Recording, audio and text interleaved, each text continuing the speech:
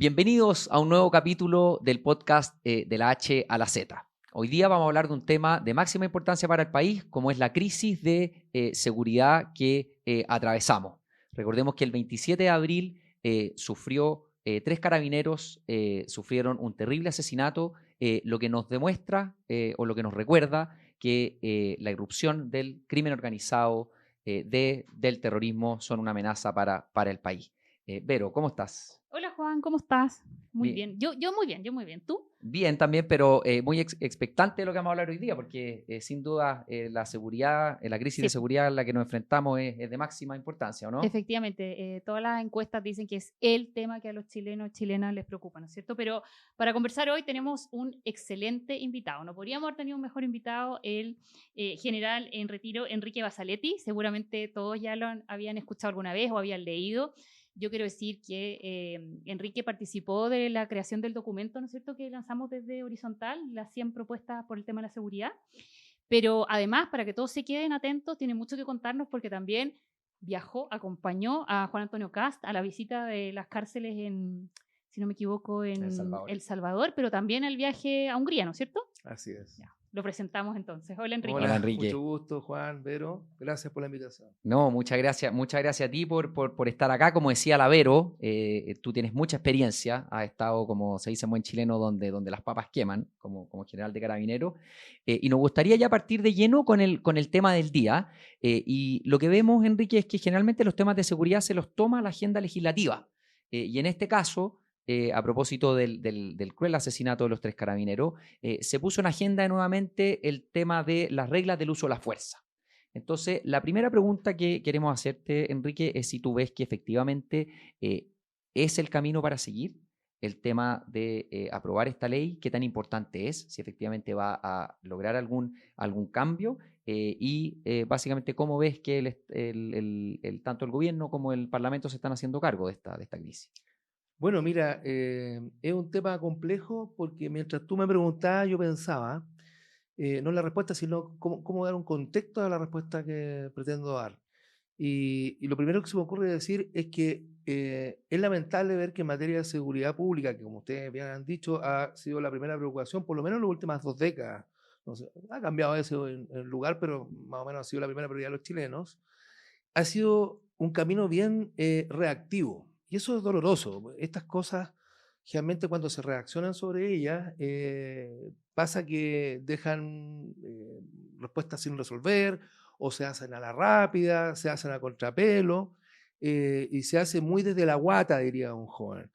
En circunstancias que hemos tenido harto tiempo para planificar muchas de estas situaciones, como lo que dice usted, la regla del uso de la fuerza, pero también la inteligencia, que entiendo que también podemos tratarlo en un rato más, y otras materias, la ley de conductas terroristas, en fin. Y son cuestiones que a uno yo leía y me daba cuenta, han pasado años en estas discusiones, ¿y cuándo se activan? Cuando tenemos episodios como lo que tú has señalado. Yo recuerdo que casi exactamente hace un año atrás fue la ley Naín Retapana a propósito de la muerte de otro carabinero en circunstancias dolorosísimas. Eh, entonces, yo creo que mi primer comentario es orientado a que tenemos una deuda pendiente como Estado, que ocuparnos desde la planificación, desde el largo aliento, de anteponernos a situaciones. Es cierto que hay algunas que eran difíciles de ponerse por adelantado, como toda esta irrupción de la violencia, ciertas técnicas criminales que antes no existían en Chile, como el sicariato, o no en la dimensión que hay hoy, con crímenes horribles, donde se han transgredido incluso códigos criminales. ¿Cómo cuáles?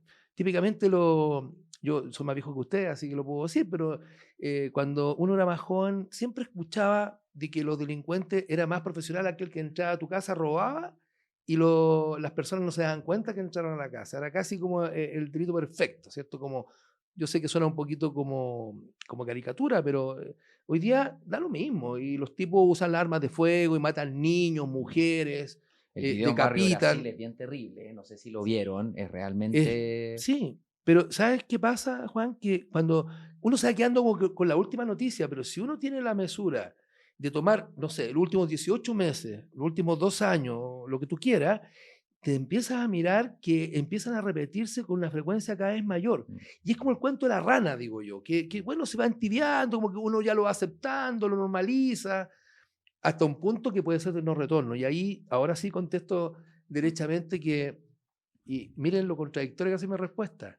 Yo pensaba que cuando yo, el año 1987, ingresé a Carabineros, y cuando fui aspirante oficial de Carabineros tenía muchos ramos y obviamente una materia fuerte era Derecho Penal. De hecho, me hacía clase un ministro de la Corte Suprema de la época.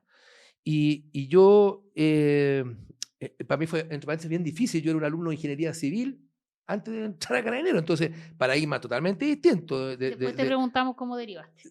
Eso es una larga conversación que los voy a aburrir, así que no vale la pena, pero la versión B, pero es como una curiosidad, ¿no? Sí, pasar curioso. de una carrera tan, digamos, determinística como Sí. es la ingeniería, con mucho cálculo, matemáticas, física, a algo que es mucho más humanista. Pero ¿por qué me detengo ahí? Porque los principios no han cambiado. Los principios, por ejemplo, de la legítima defensa, el uso de la fuerza, no se están inventando con la ley Laín-Retamal ni con las reglas del uso de la fuerza. Entonces la pregunta es, ¿qué pasó? ¿Por qué fue necesario llegar a esta instancia? Y yo... ¿Puede haber un problema de legitimidad? Mira, uno es ese, pero otro también yo creo que es un problema de no exacerbar los principios jurídicos que están detrás. Y lo explico con un ejemplo, porque todo el mundo se enrea. Si, a ver, las fuerzas militares y las fuerzas policiales, las primeras en tiempo de guerra, las segundas en tiempo de paz, que son la mayoría del tiempo, tienen una atribución especial que no tiene cualquier persona, que es el uso de las armas en general, ¿no? Y el uso de las armas tiene consecuencias cuando éstas se usan. Obviamente que en el caso de la guerra es evidente cuál es el resultado. Claro. Y en el caso de las fuerzas de orden y seguridad, eventualmente también producen resultados de muerte de una determinada persona que está cometiendo un delito, y pasando por todas las escalas hasta llegar a lesiones. Y el principio es muy simple, y no, si hubiese practicado siempre como es, no hubiese sido necesario llegar a esta instancia. Pero no ha sido así. ¿Cuál? Afloran prejuicios en la discusión. Es que mira, Sí, eso es... es cuando hay una brecha en la interpretación que a la escoba, como digo yo. Sí. Porque, ¿qué nos enseñaba nosotros cuando yo era un joven aspirante, era un tipo de 20 años? Y insisto, venía de un mundo distinto, se quería comprender bien cómo funcionaban las reglas, porque entendía, podía prever lo que significaba usar un arma, Claro. y eventualmente o tenerla y usarla. Aparte de todas las técnicas para saber cómo usarla, los cuidados con ella, está el tema legal en esa época, siempre ha estado. Y uno le preguntaba al profesor, pero ¿cuáles son las circunstancias? Y esto es muy simple, no ha cambiado nunca. En el Código Penal se establece el artículo 10, las eximentes de responsabilidad penal. No quiero dar la media lata a hablar de derecho penal aquí, pero lo suficiente para entender mi respuesta. Y obviamente que tiene varios numerales, si mal no recuerdo son 13. El primero es el loco demente, después está la persona que es menor de no sé qué edad, que son personas cuyas conductas, si no mediara el hecho que es un loco demente, que es un niño, que es una persona, y así hay muchas otras alternativas, ese hecho hubiese involucrado un delito y como tal ameritaría una pena. Se eximen, entre otros, dice el artículo 10, el número 8, aquel que hace uso de la legítima defensa propia o de un tercero. Es decir, cuando yo, por ejemplo, siento que alguien me va a asaltar y viene con, no sé, con una pistola, Claro. y yo encuentro un palo y le pego y le produzco la muerte, o lo empujo, me defiendo. Y ese acto, como consecuencia, termina con el agresor muerto o lesionado. Pausa. Ahí es donde el juez, uno hubiese esperado siempre, que hubiera dicho, ¿en qué circunstancias fue, perdón, la muerte? Oiga, este tipo venía a alguien a agredirlo, encontró un medio racional, proporcional, porque hay ciertas reglas que siempre han estado ahí, que es la falta de provocación, que sea un tipo inmediato, y una proporcionalidad en el medio empleado para reducir, por ejemplo, esta agresión. Que siempre también se malinterpreta, porque ¿qué? Si el tipo anda con una pistola, yo tengo que ir a buscar una pistola. Claro. Claro. O si anda con un cuchillo y yo tengo solo Una pistola. un arma en mi casa, no le puedo disparar. Sí. No, depende de la circunstancia, porque si opera las reglas del sentido común y el espíritu del legislador, no estaríamos la ley Laín-Retamal ni la RUF. Ahí quiero llegar. Después, en otro numeral, bueno, está la legítima defensa privilegiada, que es la que opera cuando tú estás en tu casa. Ujú. Y de ahí nos saltamos a otras normas, insisto que no quiero dar la lata, pero es necesario que se las señale, porque son muy antiguas, y cuando yo era aspirante oficial de Carabineros no ha cambiado. Y era el que, haciendo uso de una autoridad o de una función, como un policía, por ejemplo, no cualquier persona, como un policía está obligado, por ejemplo, a detener. Un carabinero del estallido delictual estaba obligado a reponer el quebrantamiento del Estado de Derecho, cuando se tomaban las calles, cuando lanzaban bombas Molotov, cuando quemaban iglesias. No era algo que estuviera, ¿lo haré o no lo haré? Es una imposición que tiene Carabinero, siempre. Entonces, Enrique, nos estamos un poco haciendo trampa en el solitario con toda esta No, discusión, es ¿o no? que, mira, Juan, yo donde quiero llegar a lo siguiente. Yo creo que todo esto se ha originado, seguramente podríamos discutir, no debería ser ni siquiera discusión. ¿Y qué pasa cuando un carabinero se excede? ¿Qué pasa cuando un carabinero, por ejemplo, tiene una persona detenida y en esa circunstancia lo golpea, le pega, le produce daño, lo tortura? O toma un detenido y para que confiese le aplica no sé qué, fuerza, corriente, lo golpea. Obviamente que eso no está sujeto a ningún eximente de ninguna naturaleza. Ese es un delito, y es un delito grave porque es una violación a los derechos humanos. Eso no está en discusión. El tema es lo que queda intermedio de la interpretación, y eso nos ha llevado a esta situación que yo defino como crisis. ¿Cuál? Que el policía tiene que pensársela. Claro. A ver, aquí hay, bueno, hay algunos casos que como que pasan más colados, ¿no? Nadie pondría, o yo espero que no, que cuando hay una banda robándose, voy a poner el ejemplo más clásico, un banco, llega la policía y los integrantes de esta banda hacen uso de armas de fuego contra los policías. Los policías se defienden y abaten a estos delincuentes. En general, ese ejemplo no tiene, yo espero, no hay mucha segunda interpretación. Salvo, insisto, que se logre demostrar que el policía sobreseguro, cuando al tipo ya lo tenía detenido, lo tenía esposado, le pega un tiro. Obvio que esa cuestión es un asesinato. El problema está, y voy a ser súper preciso, cuando está esa discusión filosófica, ideológica, de que no, que las personas estaban protestando. Es que es lo que te decía antes, la discusión al final se tiñe de prejuicio. Si eso es. Y se mete en un paquete, pero si este es el grave problema, así al menos lo veo yo, porque insisto, yo no quiero que este relato que yo hago se interprete como que de alguna u otra manera estoy relativizando la acción de un agente Sí, del Estado se que entiende, viola se un entiende. derecho humano. totalmente. No. Ya, y en el intermedio, Claro. ¿qué pasa cuando está en el estallido delictual? Insisto, porque, ojo, yo fui un testigo privilegiado. Lo No sé. fui general en cualquier momento, fui general Sí. ahí. Mm. Yo muchas veces estuve en terreno, estuve en Peñalolén, en Puente Alto, hasta detuve personas, pero bueno. Y allí lo que ocurría era algo totalmente distinto. No era que la policía tuviera, insisto, que tomar la decisión. Tenía la obligación de restituir el orden público quebrantado. Obviamente, con las proporcionalidades que eso implica. No va a tener un lanzacohete y dispararle o un arma de fuego. Que si las hubo fue una excepción. Lo que se usaban eran típicamente el gas lacrimógeno, la escopeta antidisturbio, miren el nombre que tiene. Se usaba, qué sé yo, gas pimienta y muchas herramientas que son menos letales. Al final todo puede ser letal, hasta un palo puede ser letal. Claro. Oye, Enrique. ¿Qué alternativa tenía entonces? Y aquí termino, perdona, Mm. Juan. A ver, voy a pensar, el día de mañana, si yo uso esta herramienta y le produzco una lesión, como fue el caso de algunas personas, no 400, yo todavía estoy esperando que alguien me muestre la lista de las 400 personas, entre paréntesis. No estoy relativizando de nuevo, si aunque sea una, me van a decir, está bien, pero los volúmenes no dan lo mismo. Claro. Entonces, y no cuando tenéis 3.000 personas agrediendo a carabineros, como pasaba típicamente en la Plaza Italia, pero está bien. Y cuando se usa la fuerza, una persona queda lesionada en su ojo o en su cuerpo o lo que fuera. Va a depender de las circunstancias. Eso espera el legislador. Eso espera la norma. A ver, traigamos el caso a colación. Analicemos las circunstancias.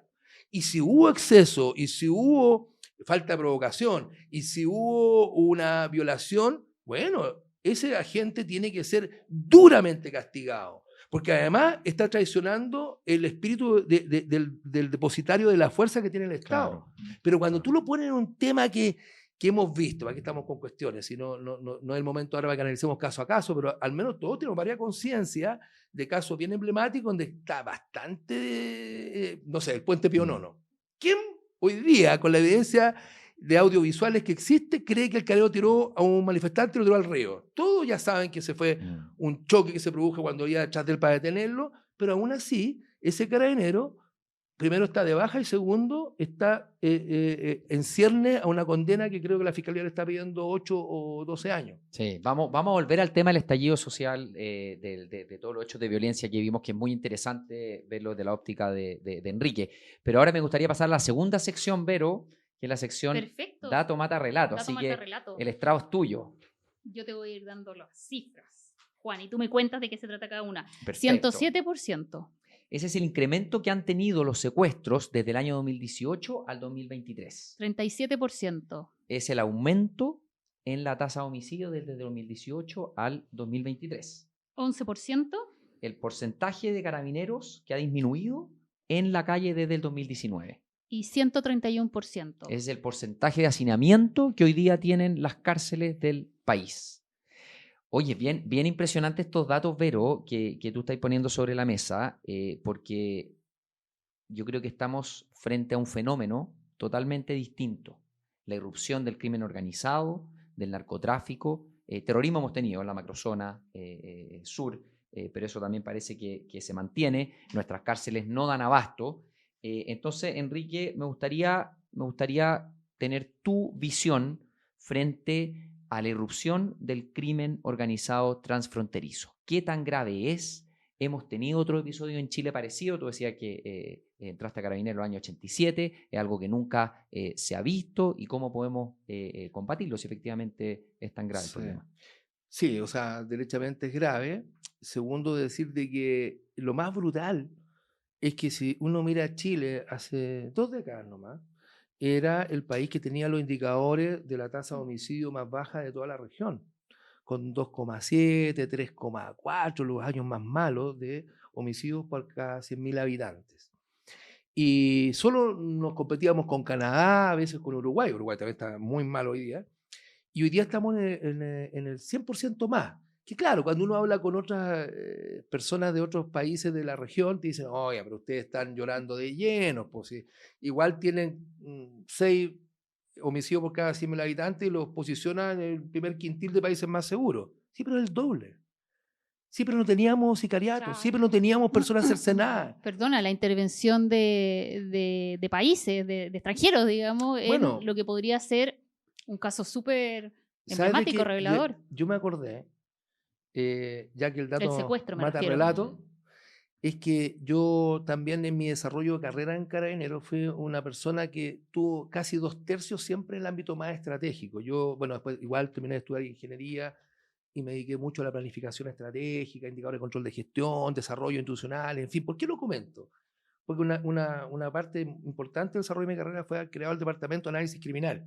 Ah, Y este departamento, sin entrar en mayor detalle, lo que hizo fue componer diferentes profesionales, diferentes ópticas del mundo más científico, cientistas sociales, claro, en fin, sociólogos para probablemente. poder estudiar el fenómeno, pero con una mirada súper práctica, no para hacer un estudio y meterlo en el librero, era para poder mejorar la efectividad de las comisarías, del territorio, con indicadores, con instrumentos, en Para fin, el con análisis del delito georreferenciación también. del delito, a qué hora, Claro. dónde, cómo, que son todas estas preguntas que se hacen para poder distribuir mejor los recursos y tener una mejor estrategia.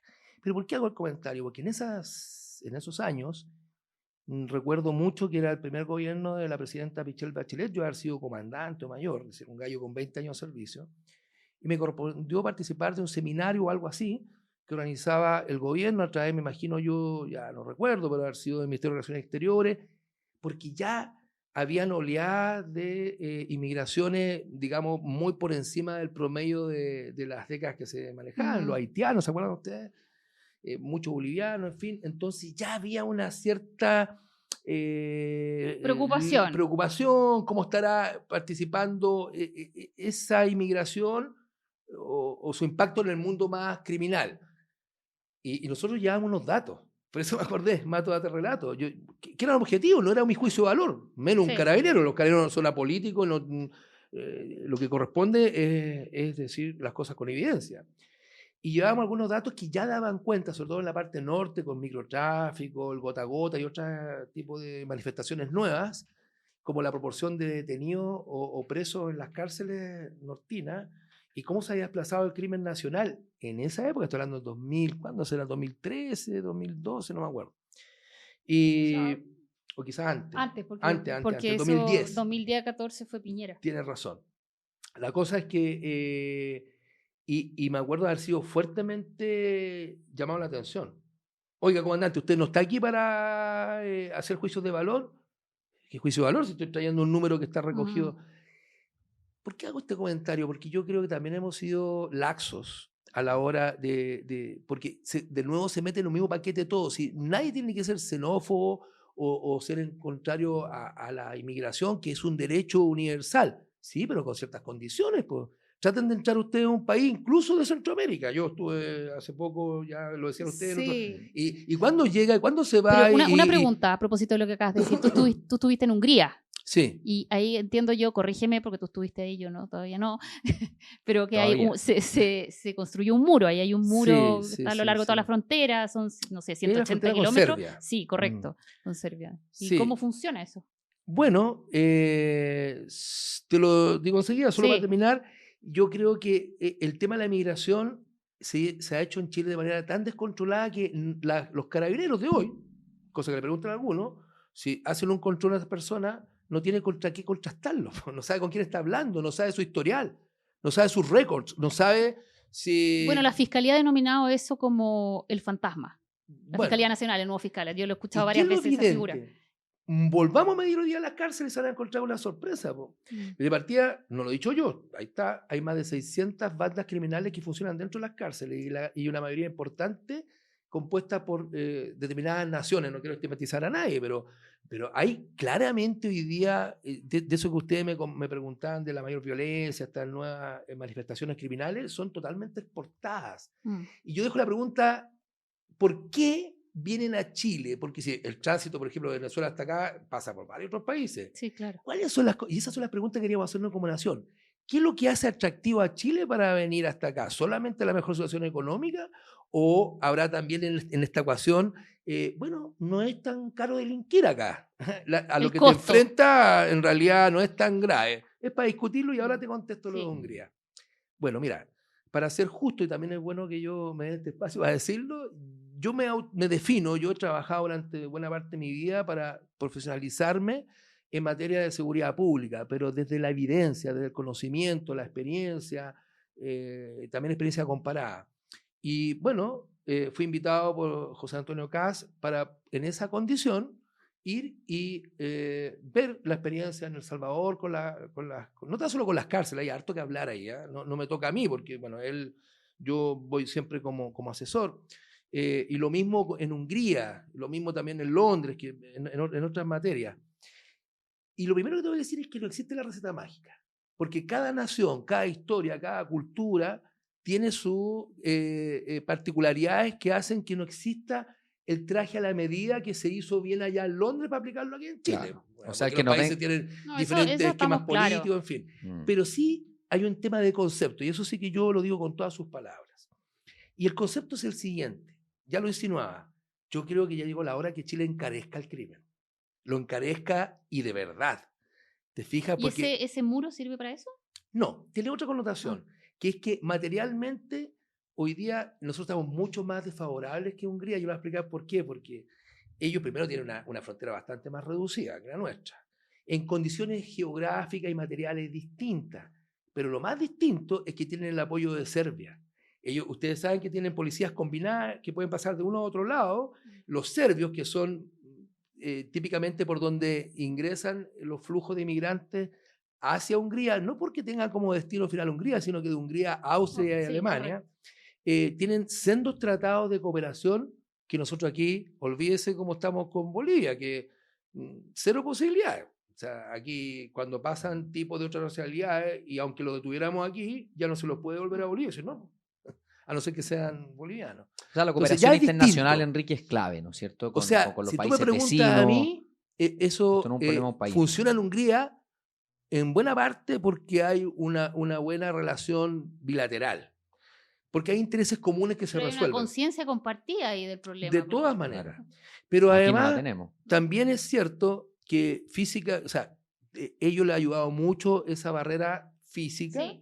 porque además está dotada de cierta tecnología, cámaras con inteligencia artificial, sensores y tal, que obviamente que es una barrera que no ha bajado la tasa de inmigración ilegal, casi del 100% hoy día a un 7, un 8%, no recuerdo los datos exactos, y ha sido una buena solución allá. El concepto es lo que hay que rescatar. Ayer alguien me mandaba algo similar están haciendo en República Dominicana, para que lo investiguen, porque recién fresquito me llega República Dominicana, recordemos que es la nación que comparte con Haití la isla La Española, y también han tenido muchísimos problemas. Entonces, ir y decir, oye, hay que aplicar la técnica de Hungría o las cárceles de Bukele en Chile, es la caricatura. Lo que Todo sí esto, es el concepto. A ver, espérate. ¿Qué efecto ha tenido en el control migratorio? ¿Qué efecto ha tenido en el crimen organizado, en el caso de las bandas sí. en El Pero Enrique, Salvador? todo esto corresponde como a la inteligencia, ¿no? Si entiendo bien, como al estudio del delito. Yo creo que es más que la inteligencia, un muy buen diagnóstico para comprender cuál es la causa, qué es lo que motiva. Yo hice la pregunta. ¿Por qué? Ya sabemos el efecto concreto. Hay bandas, el crimen organizado, desde personas provenientes del extranjero que han puesto en Chile determinadas técnicas que no existían y esto ha ido en creciendo. Usted da los números ahí. Ya, la pregunta es ¿por qué? ¿Por qué ahora y no antes? ¿Qué ha hecho que lo... Claro. Entonces, hay que tener también ahí la sapienza para poder identificar cuáles son los atractivos o las vulnerabilidades que tiene nuestro sistema judicial, nuestro sistema penitenciario, nuestro control de frontera. Al final, nuestra política pública, cuáles son los espacios que está haciendo que sea más atractivo. Bueno, y las prioridades que también, perdona Juan, las prioridades también que pone el gobierno, porque hace un par de días atrás veíamos en la prensa que se tuvo que suspender, me parece que era la comisión que veía la ley de inteligencia, porque no había presencia de ningún ministro, de ningún subsecretario. O sea, también, ¿dónde ponemos como Estado las prioridades también, creo yo, ¿no? O sea, eso también es importante. Volviendo atrás lo que decías tú, mira, ahora tenía que ocurrir un hecho de esta naturaleza para que finalmente el Congreso legislara rápidamente. Yo estoy también contigo que a lo mejor rápidamente se cometen errores técnicos, puede ser porque está rápidamente la cosa hecha en circunstancias que se viene estudiando hace mucho tiempo atrás. Pero bueno, el punto creo yo que también es importante es dónde ponemos los énfasis, dónde se ponen las fichas en este tema, o sea, la urgencia que le pone el gobierno a este tipo de leyes. Te vuelvo a insistir que yo no quiero ser dueño de la verdad, pero yo, por la experiencia, lo que uno lee, lo que uno observa, lo que uno compara, yo creo que es tan riesgoso hacerlo de esa manera que al final estás atacando los efectos y no las causas. Perdona que vuelva al tema de la RUF, pero se dice poco, porque igual uno pisa, no quiere cometer injusticias en sus comentarios, pero si hoy día no será razonable que antes de todo eso se haya puesto un control respecto a que no pueden haber jueces que se comporten ideológicamente, ni fiscales. O sea, que sea una pena, que sea un delito, que un fiscal sea parte de los principios de objetividad, por ejemplo, que es un principio que está ahí en la Ley Orgánica Constitucional del Oye, a Ministerio propósito de Público. todas estas discusiones, ¿qué opinas tú de la posibilidad de la justicia militar? Wow. Es un tema complejo porque de nuevo esa solución deja entrever una desconfianza.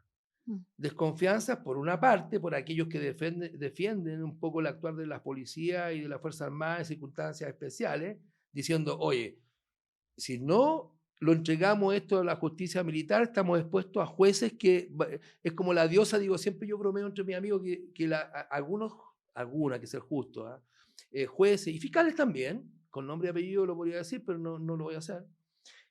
Como que uno siente que cuando tienen al imputado, la diosa hasta que tiene la venda sobre los ojos, que está con, claro, con las balanzas, levanta y mira, si ve uniforme, entonces le da duro, ahí no opera ninguna situación. Ningún principio. No, sino que hay que darle. Y eso es un hecho real que tenemos muchos casos que podríamos discutir. Y por tanto, algunos aspiran a decir, bueno, si se lo dejamos a la justicia militar, no porque sean amigotes, no porque sea el subalterno como se ha tratado de hacer la caricatura, digo, sino porque la justicia militar opera bajo ciertos principios que no son tan comunes de entender. Por ejemplo, el uso de la fuerza desde el punto de vista de las armas. Para eso tenés que saber de armas. Para eso tienes que saber tú cuáles son los principios disciplinarios dentro de una fuerza armada o de carabineros, que son distintos al mundo civil. Claro. Y esa lógica hace que, o se espera que sea más ponderada. Yo me sonrío porque también sé que la justicia militar, contrario a lo que piensan los detractores, es mucho más ruda. De hecho, está amparada en el antiguo modelo penal en Chile, es decir, no es garantista. Sí, pero algunos Claro. hablan para meterle, Sí, pa meterle color a la conversación, ¿no es cierto? Pero para mostrar los contrapuntos, que sería un retroceso finalmente, ¿no?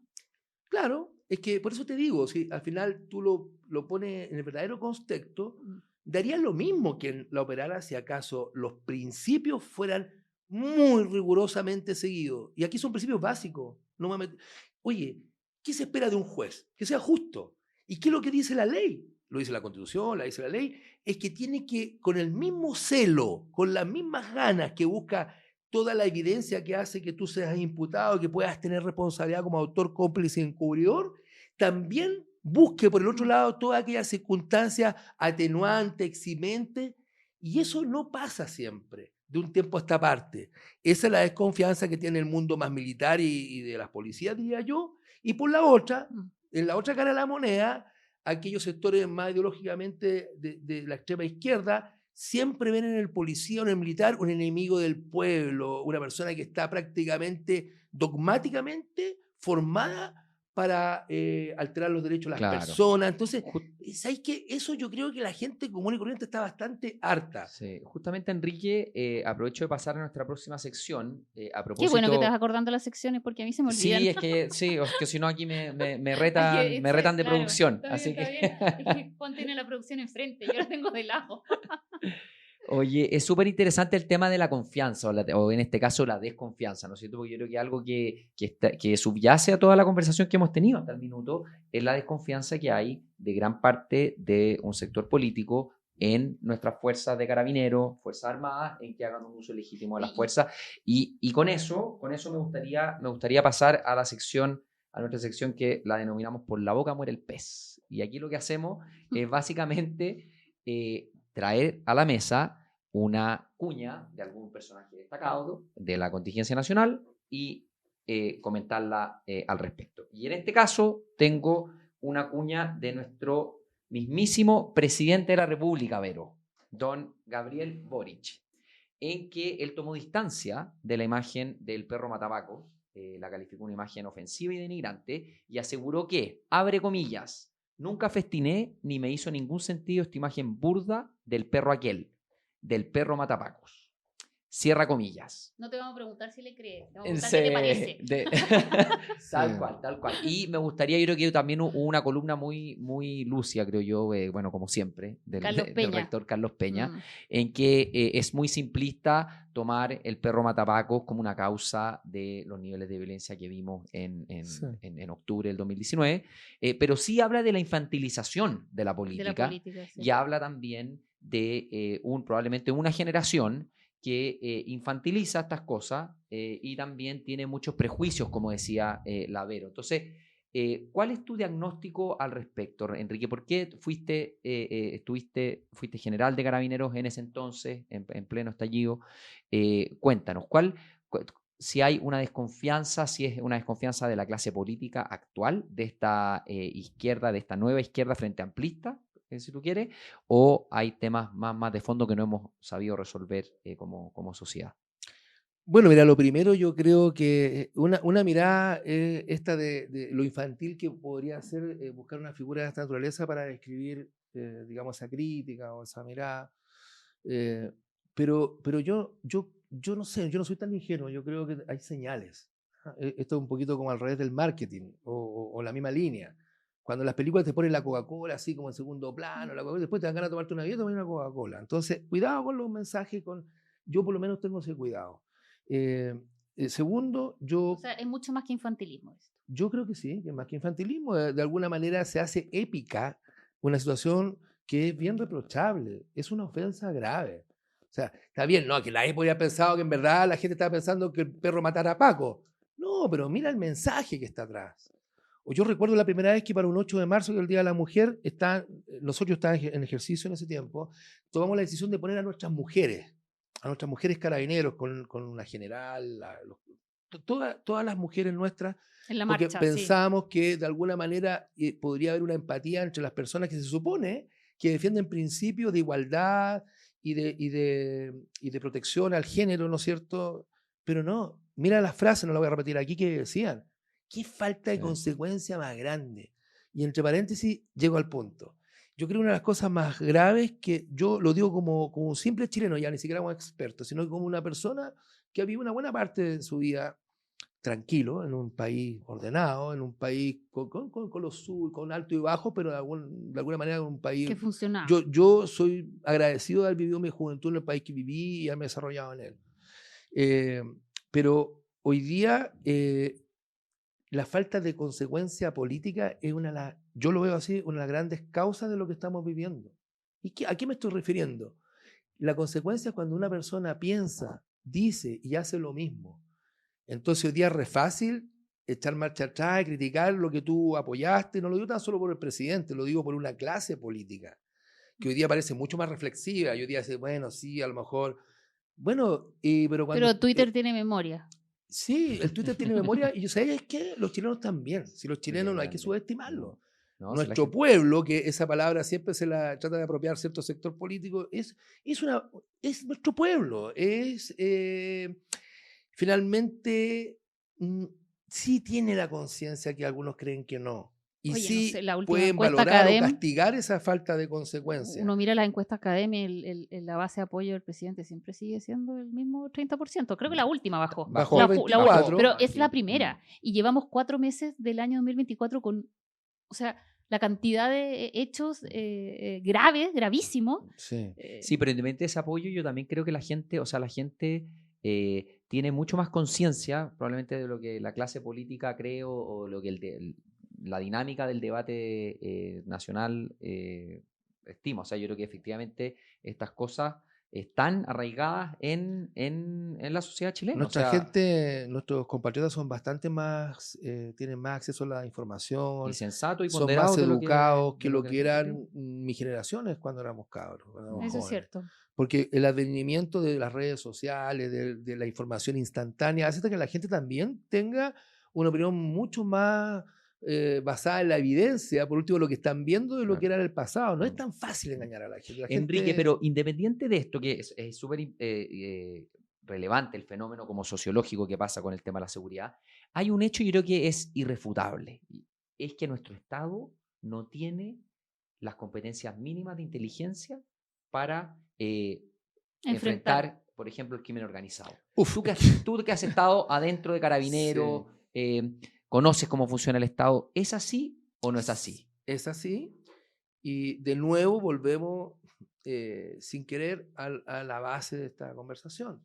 Es que, ¿por qué no tenemos sistema de inteligencia? Si todo el mundo lo dice, lo repite, yo vengo escuchando hasta hace, no ahora, no, o sea, hace mucho décadas. rato, ¿no? Hace décadas. En verdad, que cuando terminó el gobierno militar y vino, ¿no es cierto?, los gobiernos de democracia, siguió operando la oficina, ¿se acuerdan? Y que hubo incidentes, no nos olvidemos la muerte de Senador Guzmán, pero no fue lo único, todavía hubo ataques a carabineros y hubo desprendimientos de células terroristas que se dedicaron ahora al crimen común y corriente, a asaltar bancos para otros propósitos. Pero yo creo que lo que sucedió fue que quedó un complejo tan grande de que la inteligencia en manos de un poder más totalitario podía ser bastante lesiva, ¿no? Pero en sectores más sí. duros quedó ese complejo, porque los 30 años, como se le ha llamado, ¿no es cierto?, los gobiernos de la concertación, perdón, lo hicieron muy bien, navegaron bien con todo Pero esto. las prioridades no estaban ahí, Pero las prioridades estaban sí, es cierto, en otro lado. pero en los casos en que tuvieron que actuar, actuaron bien. Sí, pero para generar Nadie esas se capacidades, complejizó. claro, Nadie- pero como dice Enrique, creo que para generar esas capacidades tú tienes que invertir tiempo, gente. Y yo creo que Y había eso- más convicción en la democracia y en lo que significan los valores democráticos. Mira, Claro. yo frente a este tema soy más optimista, porque ha quedado tan en evidencia el costo que ha implicado no contar con la inteligencia que ustedes están señalando acá. Lo mismo con la ley terrorista. Cada cosa que ustedes vean tiene una consecuencia terrible. Sí, el no tener una ley de inteligencia, o sea, no tener la inteligencia que se merece el país, probablemente sea una de las grandes explicaciones de que estemos en la situación que estamos Mm. criminológica, ¿cachai? Claro. Enrique, ¿tú Eh, puedes explicar en 3 líneas lo que hace la ANI para que los que nos escuchan Wow, entiendan? mira, ¿Sepan? yo La ANI, Agencia suelo no Nacional de opinar de aquello Inteligencia. que no Mm. sé, entonces Sí. voy a opinar de lo que sí sé. Yo sí sé lo que no hay. Ya. Hoy día no tenemos un sistema de inteligencia basado en estrategias operativas, con agentes, con ciertas técnicas para obtener información, sino que básicamente lo que se hace es trabajar con la información disponible en la red, en las fuentes abiertas, más la que pueden complementar las Fuerzas Armadas y las de orden, para que este grupo de analistas pueda producir con ellos ciertas panoramas, proyecciones, en fin. Ujú. Y por lo tanto te digo, lo que no hay es que no tenemos un sistema nacional de inteligencia con todas las herramientas que uno puede representar. tenemos la Creación de bases de agencia, datos, tal agentes cual. tenemos la encubiertos, todo Agencia eso no está. Nacional de Inteligencia, pero no tenemos el sistema para que la agencia Esa es mi actúe. visión. Insisto, me carga opinar de lo que no sé. Yo no conozco la estructura, Mm. jamás he estado ahí. No, yo sé lo que todos Pero los sí sé chilenos, lo que no hay. que Claro. depende del Ministerio del Interior. Así es. Oye, yo me voy a tomar una licencia acá, pero voy a contar una pequeña anécdota Sí. que al parecer altas fuentes de gobierno en el gobierno de Sebastián Piñera, en el segundo, en pleno estallido, contaban que llegaban los informes de la ANI los viernes a la oficina A del los presidente distintos ministerios. y a la oficina del presidente. ya. Y el viernes en la tarde el informe muy bonito, en un sobre, membrete, confidencial, Súper secreto, por me supuesto, imagino súper yo. O secreto, había que sea, abrir. Y el informe básicamente te decía que, mire, hay un 50% de probabilidad de que la Plaza Italia sea ocupada por manifestantes durante este viernes. ¿Cómo pasaba? Es un poco tragicómico, pero básicamente yo creo que esa anécdota revela lo que está diciendo Enrique, ¿no es cierto? No hay capacidades de inteligencia. Y esa- Para no ser No. tan duro, yo diría que está muy limitada. O sea, sí, es cierto también que las fuentes abiertas, las redes sociales te entregan determinado nivel de información bastante satisfactorio para representarte escenarios, Sí, pero obviamente es que no insuficiente. es necesario, pero no suficiente, como dicen los Mm, ingenieros. claro. Entonces ahí está el problema. Oye, la conversa está muy, muy buena, pero tenemos que llegar al cierre, Vero. No. Nuevamente, sí, tengo que poner orden, me están Todo, llamando al sí. orden, Sí, se está nos está bien. acabando el tiempo, pero no queremos dejar de irnos, Enrique, sin tener tu recomendación, esto lo hacemos con todos nuestros invitados, de algún libro que te esté leyendo, alguna serie, película, no necesariamente seguridad, obviamente, pero algo que quieras compartir con nuestros Sí. auditores. Mira, podría recomendar muchas cosas, pero yo creo que justo lo que estamos hablando cae pero de cajón, el libro del excomandante Claudio Crespo, que se llama Honor y Gloria. Es un libro donde él relata desde su perspectiva lo que le tocó vivir, que fíjense que yo antes de leerlo pensé que podía tener mucho de rabia, ¿Le tocó ir para el estallido? al comandante Crespo, sí. Él era Gama 3, era el tercero en el mando de orden de Fuerzas Especiales y hoy día está sujeto a un juicio en ciernes por su actuación en ese momento. Pero es muy interesante la lectura para poder tener un contexto desde la perspectiva de una persona que estuvo todos los días allí. Así que yo lo recomiendo. Por último, es una mirada distinta que bien vale la pena revisar. Notable. Muchas gracias. Así Oye, que, yo, Juan, quería sí, decir Vero, los por favor. avisos parroquiales. Pues, Sí. Oye, lo que pasa es que nosotros aquí en Horizontal, preocupados desde hace mucho tiempo el tema de la seguridad, Toda la razón. Muy elaboramos importante. un documento con las 100 propuestas, como decía yo antes, que cuando te presenté, ¿no es cierto? Y quería contarles a todos que tenemos un seminario planificado para el día Así es. 24 de mayo. Estás cordialmente invitado, Muchísimas por supuesto. Y nada, era eso. Si quieres complementas el Sí, 24 de mayo. no, totalmente, Tenemos muy las importante. inscripciones abiertas, se puede meter a nuestro Instagram, ahí también entiendo yo que está el link para inscribirse, así que eso, dejarlos a todos los que están interesados, porque este es un gran tema, para el día 24 de mayo. Con esa invitación cerramos 24 de mayo a las 8:30 de la mañana en el Centro Cultural La Moneda. Así que, Desde el corazón. así es, del poder. Bueno, muchas gracias, Enrique. Usted. Vero, hasta la Gracias, próxima. Enrique. Adiós a todos, que estén bien. Hasta luego. Chao, que estén bien. Gracias.